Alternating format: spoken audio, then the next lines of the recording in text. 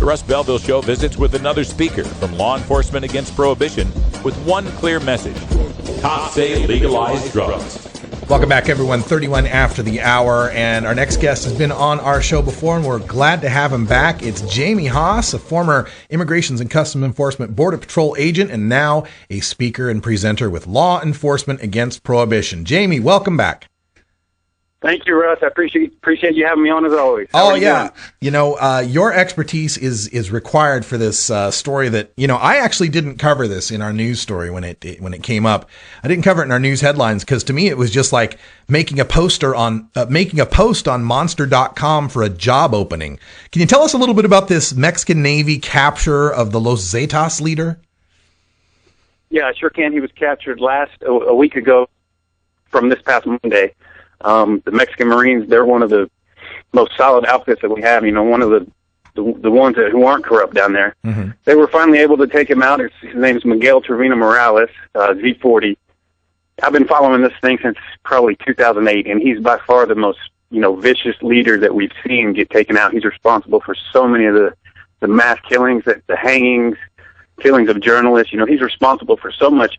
So I am really happy to see him go, but like you said, it is a job opening, and right now, actually, Mexico has been, within the past 3 days, getting really bloody. There's 28 people have died in 2 days, so we're seeing the power vacuum start to take place right now. Is there any possibility this could lead to a split of Los Zetas, or is it just going to continue to grow? I think we're going to see Los Zetas. We're going to probably see them kind of dissolved into factions of the Gulf Cartel and the Sinaloa Cartel. Chapo Guzman, leader of the Sinaloa Cartel, he's obviously the most notorious drug lord. He's obviously going to make a huge buy for the northeast corridor of Nuevo Laredo, where Trevino controlled. So we could see, a lot of tension, but I don't see the Zetas being able to carry out the infrastructure of that organization without Trevino. He was such a he was a dynamic leader. He led by force. We're talking about a multimillionaire who still went out and decapitated people and had his army behind him, his legion of people watching him do it. So I don't think they have the leadership anymore. So they're probably dissolved. They'll get splintered into the other cartels. And for folks listening that might not know about the narco politics of Mexico, we've basically got Coke and Pepsi in the Sinaloas and the Gulf, and the Zetas are what? RC Cola? Mountain Dew, maybe. We'll give them Mountain Dew quality. Something like that. So this power vacuum you discussed could only lead to these two largest cartels gaining even more power. Is that the point? Yeah, I think that's what we're going to see. Now, whether they go to war with each other or make some kind of truce, we'll see how that goes. This is interesting that he was captured. Nobody has been able to capture him. He went out without a single shot being fired. So, we talk about corruption and how high it goes up in the Mexican government, and could this be a play for the Sinaloa cartel? We don't know, but we'll see what happens. But one thing's for certain, the amount of marijuana coming over that border will be unchanged. Yeah, exactly. And this guy that we captured, you said, was taken without a shot. I mean, I would think a guy in his position is going to go out with bodyguards and armored SUVs. I mean, they got the money to do pretty much this higher level of security than the president in some cases. So how did this transpire? How were they able to take him without even firing a shot? It's interesting. Apparently, the U.S. government, my former agency, I was a special agent with ICE. From what I've been reading, one of our drones helped them locate him. I don't know if I don't think it was operating in Mexico, but I think intelligence went out to the Mexican Marines. They had a helicopter and basically hovered over him. I'm sure it was at gunpoint. He was driving in a Chevy Silverado with two other guys. One was believed to be his accountant, and another guy was security. They had $2 million on them and 8 assault rifles. So, exactly what transpired, I don't know, but no shots were fired. Wow. And so this guy's, I guess he just goes to jail, goes to trial. Any idea what the charges are on this guy? I'm sure murder is among them. Yeah, murder, obviously, narcotics trafficking. I was reading something yesterday that prosecutors are seeking billions from him. So I don't think he has that much money, but I think they're, placing, that big of a bounty on to try to be able to seize and collect all his properties.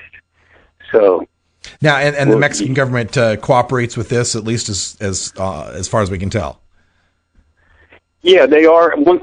He's in jail right now. He's been moved to northern Mexico in their main number one maximum security prison. Nobody has escaped from there, so it's unlikely that he is still running his cartel right now. He does have a younger brother. His name's Omar. He's dubbed Z42. So he's probably assumed leadership, but he doesn't have the leadership quality that his older brother had. I would like to see this guy get extradited. Out of all the ones that we've seen get taken down, if we could get this guy in the U.S., it would be a good thing because, he's bound to possibly live a life of luxury behind bars in Mexico. Yeah. Now let's dig into that just a little bit. Have we been able to capture and have extradited to the United States? I mean, I think of, Manuel Noriega comes to mind. How much success have we had in that?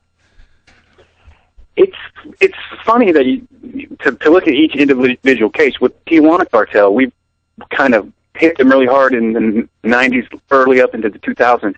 Their leaders have been extradited to the U.S. Juan Abrigo Garcia, he was actually the head of the Gulf cartel. He got, taken back in the early 90s. Mexico's president was very quick to extradite him. So I think it's an individual case, depending on that person's, circumstances and how much money they've been divvying up on whether they're going to stay or whether they're going to ship them over here. And all right, so now that we've got this guy, or now that they've got this guy, he's being held in the Mexican prison. You mentioned that he might live a life of luxury behind bars. Take us behind that. How does that work? Well, we know Chapo Guzman. He escaped from prison, and now he's the reigning king in Mexico of all leaders. We know when he was in prison, he was having hookers and prostitutes come and go. He lived how he wanted to in prison because he had the money to do that. And he ultimately walked away. The gates lifted up for him, and he escaped in a laundry cart and was, shipped out in a van. So I don't think anything to that extreme is going to happen with Trevino Morales due to the prison that he is in right now. But when high-level people go in there, they definitely are treated, quite a bit better than your average henchman that's out there on the streets. We've been reporting lately on the Organization of American States, President Jose Mujica down there in Uruguay calling for legalization through their parliament and such. Is any of this drug war violence sinking into Mexico's politicians that they need to do something about this prohibition, or are they still gung-ho drug warriors? I think for right now they're still, gung-ho drug warriors, and I think that's because the American government has so much influence over them. And we're kind of, like you said, we're seeing it rise from South America up into Central America, kind of meeting in the middle with Mexico, so it's going to be interesting. But I think even when it comes to Canada, the U.S. controls this whole hemisphere with this stupid drug war, so we gotta end it here, and, these surrounding countries around us, are definitely going to follow our lead. But I definitely think it starts with us. What about at the level of the street, though? How about the people in Mexico? Are they? I mean, they've got to be tired of bodies and blood and torture, and do they see ending prohibition as a way out of this? I think so. I was part of the Caravan for Peace with Law Enforcement Against Prohibition. Was with them from Atlanta all the way up to Washington D.C. So I've talked to the victims one-on-one, about it, and the root cause is prohibition. There's no way to ignore that. You have human trafficking, and again, we've talked about it before with things like oil theft and any type of crimes. Any organized crime is going to, venture off, but it's drug trafficking is obviously the root, of their income. So we got to get rid of that one. But I definitely think the people on the street in Mexico, are ready to see regulated and legalized drugs, and especially marijuana. We got to get this one off the table, immediately, and we're still stalling on it. Yeah, and how is LEAP able to reach into Mexico? Do you have any LEAP speakers in Mexico, or are they just too afraid for their lives to speak out? No, we sure do. I don't know the specifics on specific speakers there. I know our executive director, Neil Franklin, has been to Mexico City numerous times, so we definitely have a presence there. As far as specific membership, I'm not quite sure. I have to check into that for you. Okay. Well, anybody that knows how to get us in touch with people in Mexico that would like to help with this guy, anything we can do to route some speakers to LEAP. We appreciate what LEAP is doing and the influence that you're having here in the drug war debate. So Jamie Haase is a former Immigration's Customs Enforcement and Border Patrol agent. To take you off the Mexico side of the border and put you on the U.S. side of the border, one of the things that we talk about a lot lot on this show is, protecting your rights in the case of a police encounter for searches. And, of course, we've also detailed how there is a 100-mile zone around the borders of America where Border Patrol can stop you without cause. Is that right? I think it's 100 miles. It seems to be keep creeping in. You're seeing these checks in San Diego and things like that. At the border, people, when they cross back and forth at the physical border, they have zero Fourth Amendment rights. And, that now pertains to their computers, their laptops. People need to be really careful about that. But that border, along the southwest border and the Canadian border, it does extend to checkpoints, and the Border Patrol does set up checkpoints. I don't know the specific mileage that has changed back and forth. So people need to be really careful when they're traveling through there. Mm-hmm. Texas, Arizona, New Mexico, California, and obviously in the north, it's not emphasized as much in the north, but definitely people need to be careful when they're driving in the southwest. Now, as you've been working with LEAP, how many years have you been with LEAP now? 2011. Just to correct you real quick, my title is so hard. I started as a Customs and Border Patrol officer, which is basically, it's not the equivalent of a Border Patrol agent. They were green, we wore blue. I worked at the Port of Entry, and then I became a special agent criminal investigator with ICE.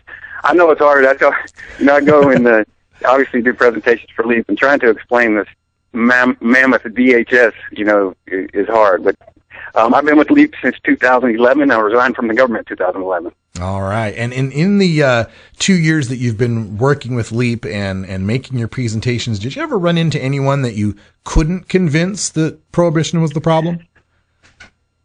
A lot of people who aren't for it wouldn't voice their opinions too much. There was a guy in South Carolina, and I couldn't, he kept talking to me, Russ, about the difference between alcohol. Alcohol just gets you hungover, no big deal. Marijuana users are lazy. They turn into nothing, and that whole philosophy right there. So he was probably one of the most difficult people that I had. I've run into, but at the same token, I've run into hardcore Southern Baptist ministers who are on board with legalizing marijuana. Yeah, well, that's good to hear. A lot of the religious community are coming around. A lot of the minority communities are coming around, and it makes a whole lot of sense. Jamie Haase with LEAP, thank you for the work you're doing and for joining us again here on the Russ Belville Show. All right, Russ. Thank you. Anytime, buddy. All right, we'll see you again. Okay, see ya. When we come back, we have time for a little radical rant. We're actually going to turn the mic over to Representative Louis Gohmert of Texas. It just has to be heard to be believed. Stick around. We'll be right back after these messages from our 420 friendly sponsors. Support these advertisers because their ad money goes straight to the Russ Belville Show.